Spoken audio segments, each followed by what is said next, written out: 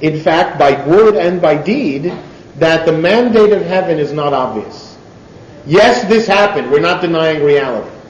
But it's that same God that did it to us. God did it to us because of our collective moral failings. If we get right with God, God will restore us. Now that's not enough. It's not enough for anyone who's ever been wronged. What this God also is, the prophets say, he will judge the Assyrians and the Babylonians too. And even though in God's ultimate plan we were supposed to be punished, they will still suffer and be punished for what's happened. When Nineveh falls, oh, how the prophets just love that. You know, they got their comeuppance. We were going to suffer later anyway. In another century, the Babylonians would overwhelm the region. But when the Assyrians fall to the Medes and the Scythians coming into that city, what a grand and joyous day it is for them. Yes? How did the other religions swallow that? Swallow what? The concept that we've got this one God, and even though we're a different religion, we think we have the supreme God. It's the same God that the Hebrews have. It's the same God that other religions have. And that's kind of a hard thing to swallow. That here you've been saying all along that your God is the best and greatest, and all of a sudden it's the same God as everybody else's. It's hard to say how other people really viewed it. It's interesting that when we read ancient writings, it was not our beliefs but our behavior that is found most interesting by other ancients. So Seneca writes nothing about one God and no idols or anything, but he says these people waste 1/7 of their productive time. That was his comment. The Egyptians write that, they live in good pig country and don't take advantage of that. And, there are all sorts of things that they write about us behaviorally, but the fact that we had the unseen God somehow isn't considered all that unusual or all that strange, or that there was only one or anything like that. If you read Herodotus, now remember he's inventing a lot, well, he's inventing some. He's taking lore and legend from anyone. When he writes about religions, my goodness, look how bizarre the religions were. They're sacrificing children, and they're cutting off breasts, and they're, demons that are in the earth, and you have to pound the earth with spears to get them out. And, all these things, all these voodoo and magic stuff that's going on, we weren't that impressive. The fact that we believed that there was one God that was over all would soon be taken up in the early classical world by the Persians, remember. So while we had this concept first, we didn't have it first for more than a century or so. Second, or much long after the exile. Second, it's no worse than everyone else's philosophy, which is our God's the best and biggest, and our God's better than your God. Well, that doesn't work if our God's better than your God, then our God is the same as your God. Not necessarily. No. What we're saying, here's our difference. Here's the difference. In two pagan societies, A and B, the God of A, from a perspective of A, is greater than the God of B, and we have to help God A to beat God B, or fight city B in our wars and everything like that. In the Israelite perspective, our God is a great God, their God is a false God.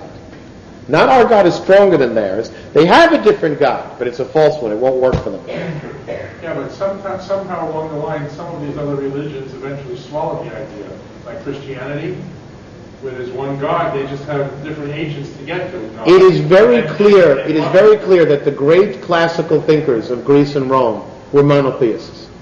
It's very clear they were monotheists. Yeah, but eventually we seem to have bought in to the same idea that it's the same God.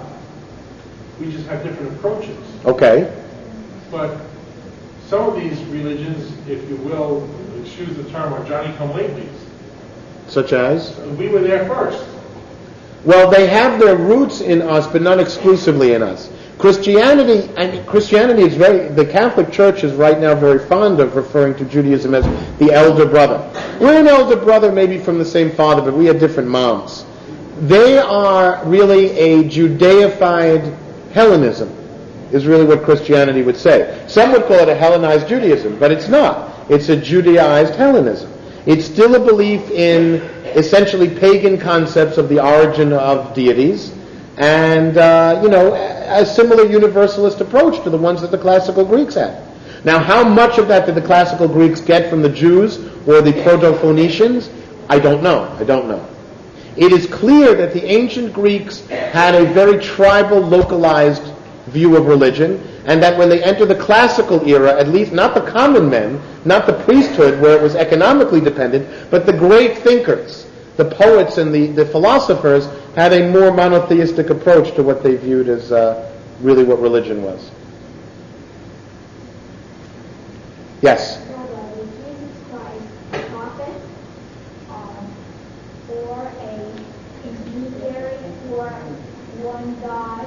How does he fit into this approach the way of how it is this? It depends who you ask. If you're asking me, he was a fictional character.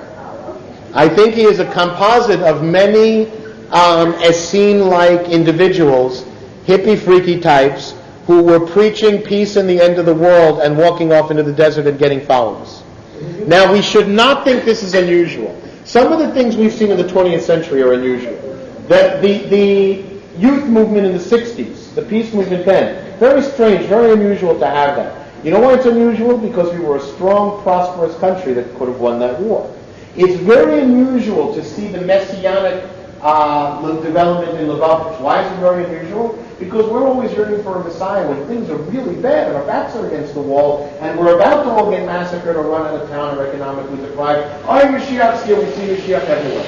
But they came up with a Mashiach in safety, in prosperity, in America in the 1990s, in the 80s and 90s. Not fertile soil, you would say, for messianic aspirations. So we've had some unusual things go on in much more recent times than then.